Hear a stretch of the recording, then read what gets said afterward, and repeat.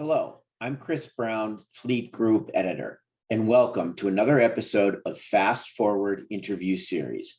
Fast Forward is about connecting with leaders in fleet, tech, and automotive to show what the future holds for fleets of all types. In this episode, I interview Arun Rajagopalan, co-founder of Motorq. But before we begin, remember to follow and connect with us on social media. Be sure to subscribe to the Fleet Forward YouTube channel so you don't miss future episodes of Fast Forward. And hey, feel free to drop us a comment on the channel. Okay, let's get into it.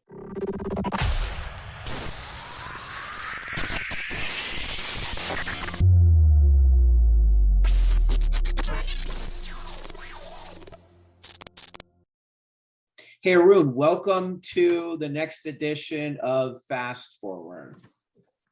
Chris, thank you so much for having me. Sure, great. Hey, let's just start out by what does Motorq do? Go for it.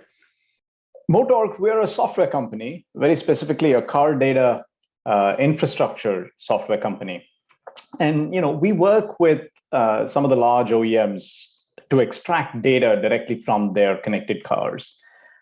To help large enterprises, that own and manage fleets, think large fleets or fleet management companies or dealers and fleet services providers, etc., get the insights on those vehicles to enhance their operations, improve customer experience, whatever it may be. Okay, great. Thanks for that, Arun.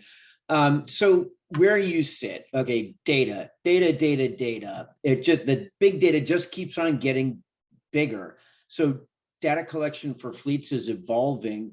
Talk about the ways that fleets are now starting to be able to take advantage of that data in ways they couldn't, let's say, 5 years ago. Yeah, absolutely. See, kudos to some of the earlier telematics companies that started doing this 20 years ago. There's been data collected for a long time, and of course, they used aftermarket hardware through their applications. But historically. And even, as recently as 5 years ago, the data was used for, pretty narrow purposes and specific, use cases. Examples, hey, where's my stuff? Hey, did anybody drive off to, across the border? How are my drivers driving? Have there been incidents, etc.? So it's been, the users of data have been pretty focused. But in reality, the needs are larger. Fleet owners, operators, dealers, whoever, they think of pain points across the life cycle, right from when a vehicle is manufactured, as it comes through the supply chain, as they pick it up throughout that life cycle. If you have EVs, there are a different set of questions. And, I think the new data sets that are available, the new analytics tools have now created the ability to answer those questions and solve those problems across that life cycle that fleets are interested in, right?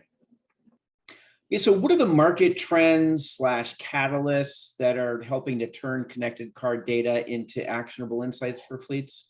Yeah, there are quite a few. I'd say, primarily there's some awareness of fleet buyers as to what they're getting today and, some awareness around where this world is going, for example, with respect to OEM data, and we'll get into that, right? The OEMs are becoming major sources of this data, and that's driving a lot of what the future entails. Fleets historically, they've had no choice but to work with these telematic solutions, the devices, the install costs, etc. But now that newer choices are available, fleets understand that they could change the game, right? They're tired of devices. Finally, there are now chip shortage issues, for example, that, as any fleet buyer might know, impacts vehicles, but also impacts, acquisition of hardware, aftermarket hardware for installation. So there are many forces and catalysts that are changing what fleets, expect going forward. Yeah, sure. No, really good points, Arun.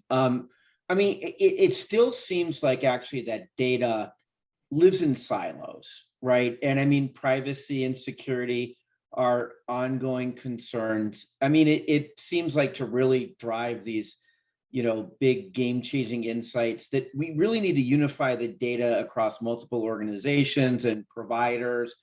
But how do we get there? Are we there? Are we starting to go down that path? I think there are two things required, Chris. There's a mindset change that's required by the organization, by the buyer, by the asset owners, and there's a tool set change that's required.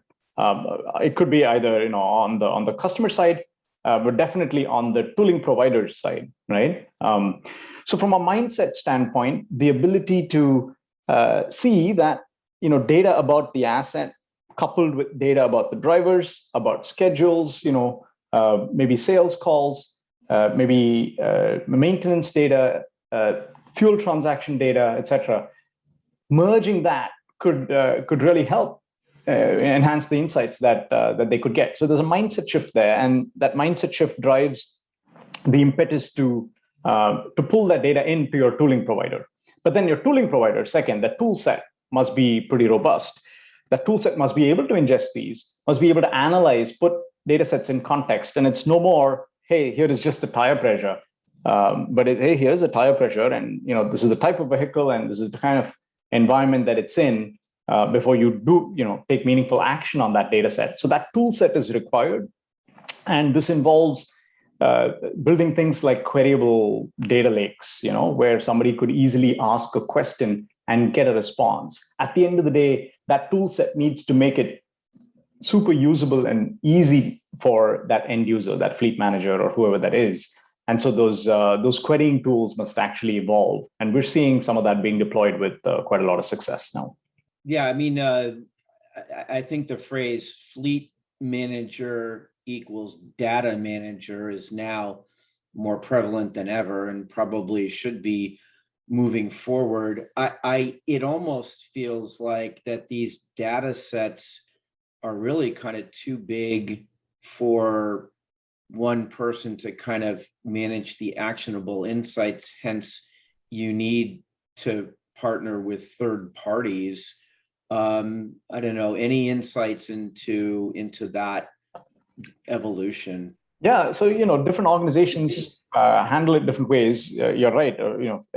Fleet managers need to be data driven and kind of data focused managers today. Their BI teams may be able to supply data to a tooling provider, or the IT team could expose some of that data. If you look at a large fleet management company, they're doing this part really well, where they have different functions within the company coming together to say, hey, how do you solve a customer problem? Car data is one piece of it. Let's pull in maintenance data or accident data or something like that to enhance that. And so pulling in the business intelligence teams or the IT teams into this conversation is kind of critical to make progress. Yeah, really good points. Yeah, I wanted to circle back around on some potentially cool outputs with connected cars in ways that we couldn't, let's say, 5-10 years ago. I think one, is in the order to delivery times. Without having to pay a subscription, let's say, for a telematics service, that allows you a lot of flexibility. Where is the car in the order to delivery process, or even probably locating a car of your top salesperson, I guess, who there is no telematics system attached to that account, but you need to know where he or she is. Is that along the lines of of the sort of cool outcomes of connected car data and embedded modems? Yeah, absolutely. That use case of a large fleet ordering vehicles and not knowing when they'd come. If you put in an order for $200,000 or $1 million of vehicles, you probably are owed an answer as to when that asset is coming, right? What the ETA is, where is it at in that life cycle. And now with the OEMs enabling this data right from the car, you're able to turn on and talk to that vehicle as it rolls off the assembly line, as it goes through the upfitter workflow, as it sits on a rail carrier or a truck carrier, as it approaches your pickup point, which is usually a dealership. And as it enters that dealership, giving a signal to that fleet manager saying, your vehicle has arrived. And that is a phenomenal experience that you can solve only through this embedded data stream. And by the way, to your earlier point, Chris, that data, that insight is not just based on car data, but you have to pull in manufacturing data, data about logistics, installers, or upfitters, and all of that. So it's a big data problem, and there are ways to solve that right now. Well, Arun, we've heard about the promise of OEM embedded modems installed at the factory. I mean, there's obvious benefits to that, right? I mean, foregoing aftermarket modems and the installation and uninstallation of those, but there's some challenges to making use of that data. Can you get into that? Yes. It's super exciting that the OEMs have this coming. Now, not all OEMs are at the same level. Some have made more progress than others. But I think over time, most of the OEMs would have that capability available. Clearly, if you're, depending on the mix of your fleet, if you have older vehicles, now that technology doesn't support, isn't supported in those older vehicles. So you still have to put in those aftermarket devices. Okay. Currently, some OEMs who have this capability sometimes offer it only in their higher end trims. And so there are challenges around, if you have a work fleet and you're not, willing to spend the money on higher end trims, you might not have that capability in your vehicles. Also, from a data set standpoint, it's not consistent today yet across all OEMs. And actually, frankly, I don't know if it'll ever be consistent, but as long as it's useful, it's good. Some of the inconsistencies around when the data is sent, there are some OEMs that send the data only at ignition on and off. And sometimes in certain parameters, the sampling frequency may be different from what you have experienced in the past. So there are some challenges there, but net, we think the advantages far exceed the challenges today, and over time the advantages are going to get better and the challenges are going to get lower. So we're really we really look forward to a world when a majority of the parking lot is covered by these high capability vehicles. Well, great. Hey, Arun, thank you for the informative conversation. I really appreciate it. Yeah, thank you again, Chris, for having me here.